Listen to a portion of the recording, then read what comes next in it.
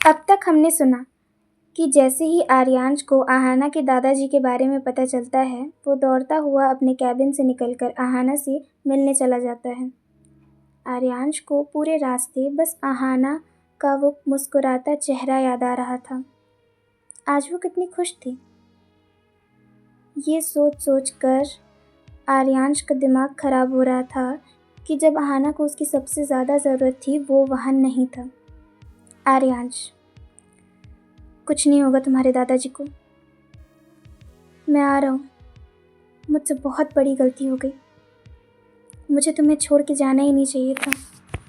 तभी विक्रांत का कॉल आता है। विक्रांत, भाई आप कहाँ जा रहे हैं? आर्यांश, हॉस्पिटल। विक्रांत, ओके भाई, मैं भी आता हूँ। फिर विक्रांत थोड़ा हिचकते हुए बोला, भाई वो अभी सिचुएशन थोड़ी ऑकवर्ड होगी, भाभी से थोड़ा प्यार से पेश आइएगा। आर्यांश, आर्यांश हॉस्पिटल पहुंचा। एंटर करते ही वो रिसेप्शनिस्ट के पास गया। Aryansh, excuse me. Aahana Thakur. Lady, इस नाम का तो कोई भी पेशेंट नहीं है। आर्यांश, एक्चुअली पेशेंट उनके दादाजी हैं। ओह, आई गेट इट। अभी भी एक बूढ़े इंसान का केस आया है, उन्हें गोली लगी है ना सर? आर्यांश, यस। ओह, ward number 26। Aaryansh, thanks. Aaryansh जैसे ही सेकंड फ्लोर में एंटर करता है, वो हैरान हो जाता है। आहाना रो रही थी और आदित्य उसके साथ था। आदित्य को देखकर तो आर्यांश का मूड पूरी तरह से खराब हो गया। उसने गुस्से से आदित्य को देखा। तभी आदित्य ने अपना हाथ आहाना के कंधों पर रखा। ये देख आर्यांश अपनी मुट्ठी जकड़ के दांतों को पीसते हुए बोला, इसकी हिम्मत कैसे हुई आहाना के करीब आने की? लगता है पहले वाली सज़ा से इसे कुछ खास फर्क नहीं पड़ा। अपने गुस्से की वजह से आर्यांश वहीं खड़ा रहता है और इन सबसे अनजान आहाना, जिसने रो रो के अपना हाल बुरा बना रखा था। तभी आहाना और आदित्य के पास निशा आती है। निशा, ये ले आहाना, थोड़ा पानी पी ले। आहाना रोते हुए बोली, मुझे कुछ नहीं पीना। जब तक मेरे दादाजी ठीक नहीं हो जाते, ना मैं कुछ पीऊँगी और ना मैं कुछ खाऊँगी। आदित्य, आहाना मेरी जान, ये वक्त कमज़ोर पड़ने का नहीं, हिम्मत दिखाने का है। कुछ नहीं होगा हमारे दादाजी को। आहाना, आदि मुझे बहुत डर लग रहा है यार। आदित्य, क्यों? हम सब पे भरोसा नहीं है? डर मत आहाना, हम सब हैं तेरे साथ, ओके? आजा, कह के आदित्य ने आहाना को गले लगा लिया। ये सारी बातें दूर खड़े आर्यांश ने सुनी।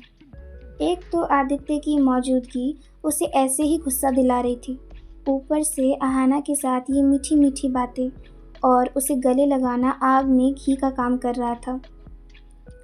उसने अपने आप को कंट्रोल किया और वहाँ से चला गया। वो डायरेक्ट हॉस्पिटल के पार्किंग एरिया में आकर खड़ा हुआ। उसके जहन में पुरानी बातें आने लगी। Flashback start.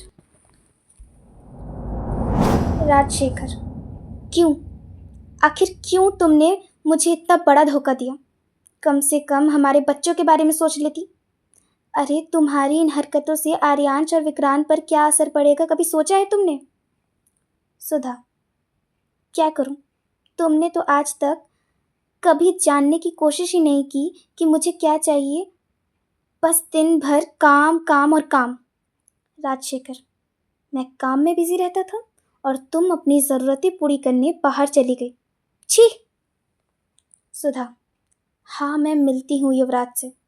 वह अपना सीना ठोकते हुए बोलती है, यार है वो मेरा, प्यार करती हूँ मैं उससे, और अब मैं जा रही हूँ हमेशा हमेशा के लिए उसके पास। 11 साल के आर्यांश दरवाजे के पीछे छुप छुप के ये सारी बातें सुन रहा था। अपने मम्मी और पापा की ऐसी लड़ाई वो हर टाइम देखता था, पर ये लड़ाई उनकी आखिरी लड़ाई थी। राजशेखर, नहीं सुधा, मत जाओ, रुक जाओ। मैं तुमसे बहुत प्यार करता हूँ। मैं तुम्हें दुनिया भर की खुशी ला के दूंगा। मुझे छोड़ के मत जाओ। मेरा नहीं तो आर्यांश और विक्रांत के बारे में ही सोच लो। रुक जाओ। सुधा अपना हाथ राजशेखर के हाथ से छुड़ाते हुए कहती है, सारी ज़रूरतें पैसों से पूरी नहीं होती।